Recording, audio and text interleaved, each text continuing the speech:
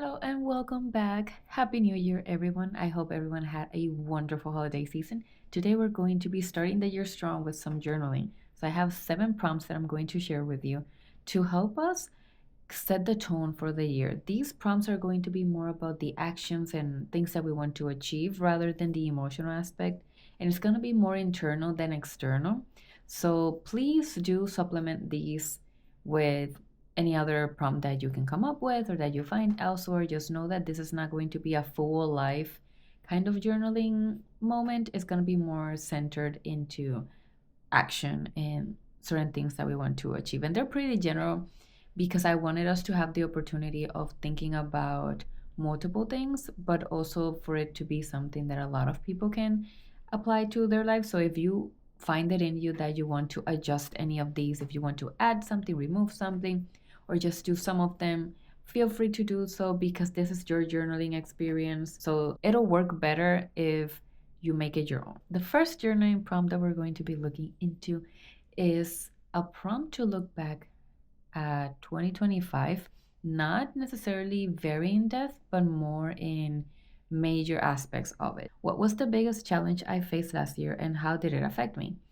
There's always a lot going on. And there's always going to be difficulties to get through certain things. But I feel like certain years or at certain points in our lives, there's the one thing that it just goes beyond everything else that we're struggling with. I feel like there's always one thing that will really test us. And so this prompt is meant for you to analyze and really work through that emotion and especially understand it. Because sometimes we say, yeah, this year this thing happened or I went through this experience, but have we actually sat down to think, how did this thing affect me or how did it change me? Or what things was it standing in the way of? Or what things did I allow to happen to me or for other people to do to me because of this experience? So, this is the journal prompt meant to analyze that aspect. The next prompt is a follow up to that initial prompt. In what ways can I prepare to help me get through similar situations in the new year? This is another opportunity for us to look back at those moments and for us to think, well, maybe I acted in a certain way or I didn't do my best facing this situation. What can I do if I do stumble upon this again? Sometimes there's going to be certain situations that are more of a repetitive kind of thing that happens to us because that's just life. Sometimes there are long term issues that we have to slowly work through and slowly get better at. And so, what opportunities can you give yourself to shift the outcome of those situations? Or how can you respond in a better way so that they don't affect you as much or they don't affect you, period? So, that's what this prompt is about. And I forgot to say, if you're doing your journaling as you're watching the video, feel free to pause, write down, take the time that you need, and then come back and continue on. Right now, I'm not doing them on video because I wanted to sit down and do them all back to back without the back and forth of recording. So that's going to be something that I'm going to do privately. But I still wanted to share these with you so that you can also join me and we could possibly have a chat in the comments and talk about what things came up. So feel free to chat in the comments and also feel free to pause the video whenever you're ready to sit down and write. The next prompt is looking forward, looking into the future, looking into 2026. And this one actually comes from a conversation that I had with a couple of friends in a different journaling session that I had with myself. What's the most important goal I need to accomplish by the end of the year? And I think I've talked about this before in other start of the year videos that I've made in the past, but we tend to have this tendency of making this huge list of resolutions whenever a new year comes around. And then by February or March, we're burn out. We forget about them and we don't actually achieve any of the stuff that we said we were going to. So, what is your priority this year? The one thing, just choose one. I know it's hard. I know it's really hard, but choose one that you think is the one that you need to accomplish. Which one is it the one that you're going to set the most energy for? And the one that you're going to basically adjust the rest of your life towards so that you can make it more likely to be possible by the end of the year. When we think about the one thing that we want to do, it doesn't necessarily have to mean I accomplished the entirety of the goal. Maybe it can be a portion. You can set yourself a milestone for that goal, but something that gives you progress. So, for example, let's say you're writing a novel. You want to write your first novel and you're just starting out. Well, maybe by the end of the year, you're not gonna necessarily put the goal that you're gonna have the completed novel, but maybe you have a first draft. Or if your life is a little more complicated, or if you're struggling more, or if you're a beginner, like trying to figure things out, maybe your goal is to outline your first novel. So you're still making progress towards that final goal, but you're not putting yourself in this position where you have to do the entire thing.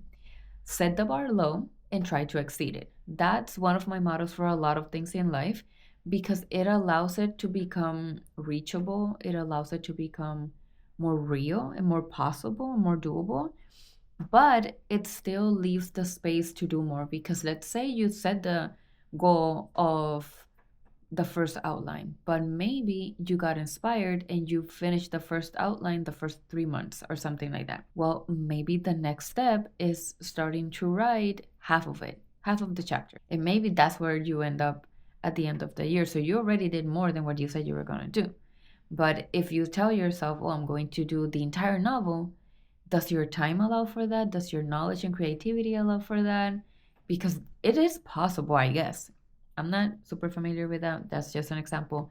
But I feel like it is possible. There are people that are super talented, super skilled in writing, so they can do stuff like that. But people like me, that's not the case. So for me, that is actually one of the goals that if I can outline one of my novels by the end of this year, that'd be great. If you're having trouble getting to that big goal, set a milestone so that you feel like you're closer to that. You continue working towards it and you don't get discouraged because you didn't do the really big thing. And instead, you celebrate the fact that you made progress, which is ultimately the point, I guess. Like, we put so much pressure in ourselves, and honestly, why?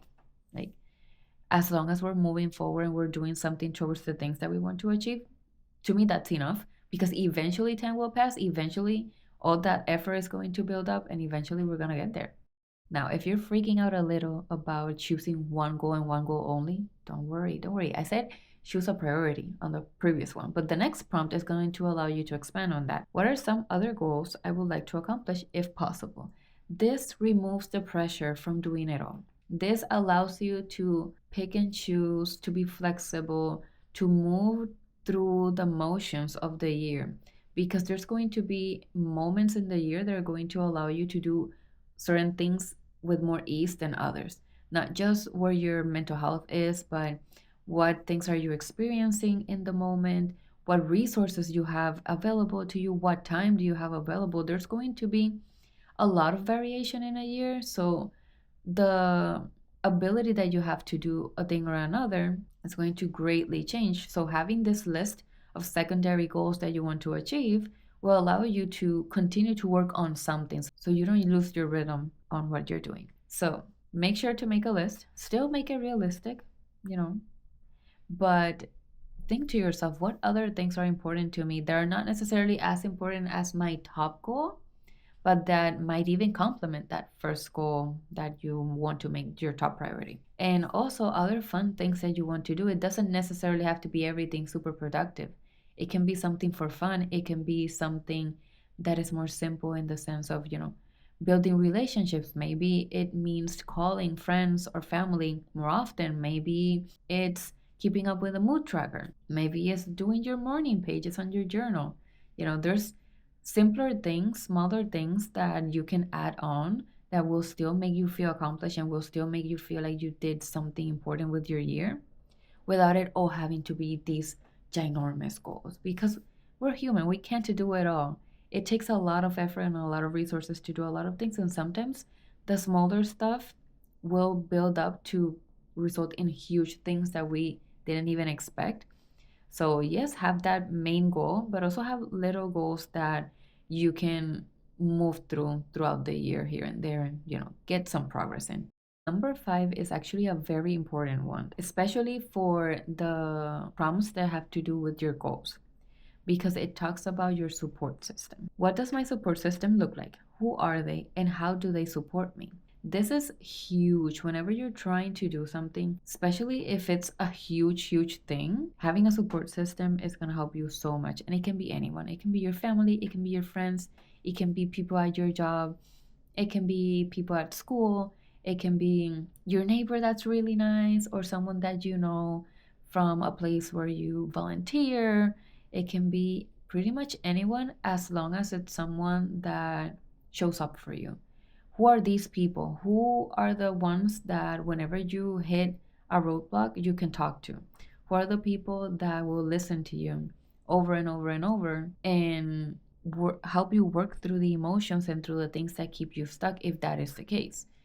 And if there's no one that comes to mind, really give it some thought, because I feel like there's always someone. But also trust in yourself as well, because you are your best support system. So, how are you showing up for yourself? How are you supporting yourself and becoming part of your support system so that you can do those things? So, it's definitely meant to be more looking externally, but we can't forget that we are our own support system as well. Number 6 is also going to be looking outwards. And it's not so much about what you are achieving this year, it's more about others. In what ways can I show up for others? In what ways I can't?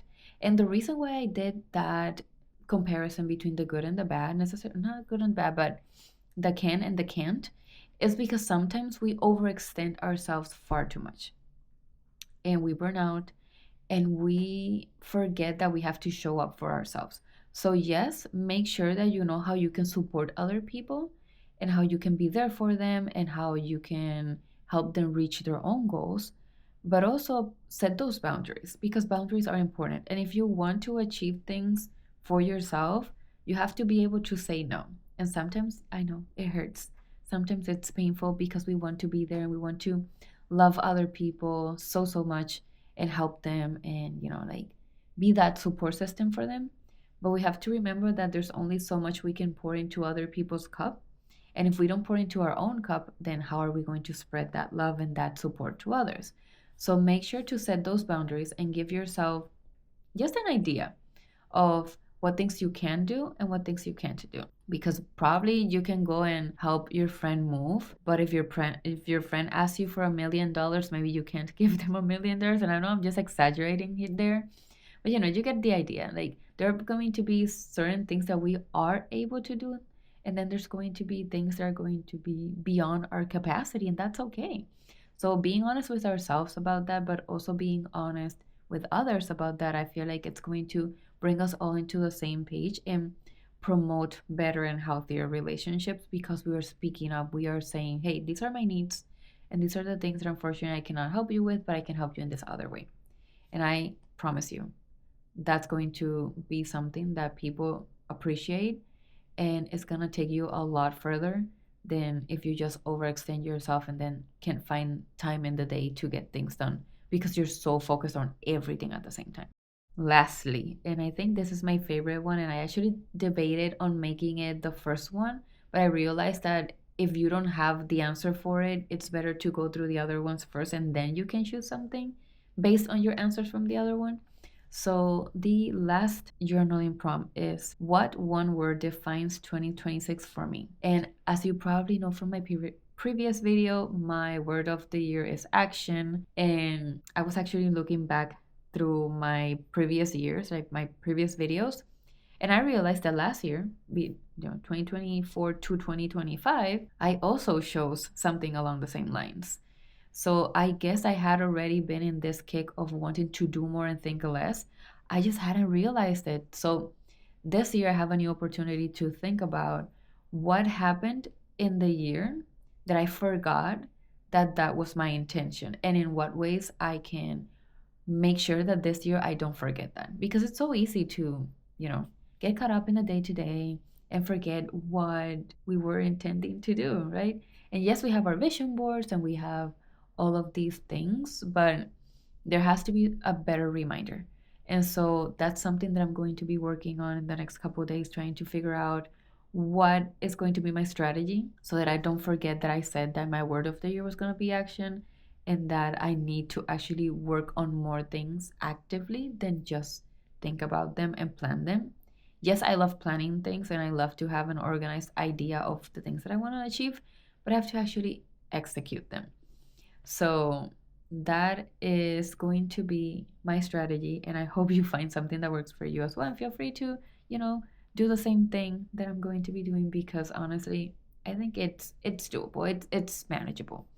So those are the 7 journaling prompts that I have for you today. I hope that these give you at least some inspiration on how to look at your year and things to evaluate and things to reflect on, so that you can start the year strong. And let me know in the comments, what else are you planning on journaling about, or what else are you focusing on? And if you have your word of the year, I would love to know what it is. So leave it also in the comments. And with that, I'll catch you on the next one. Thank you so much for being with me today, and I hope you have a wonderful rest of your year. Bye.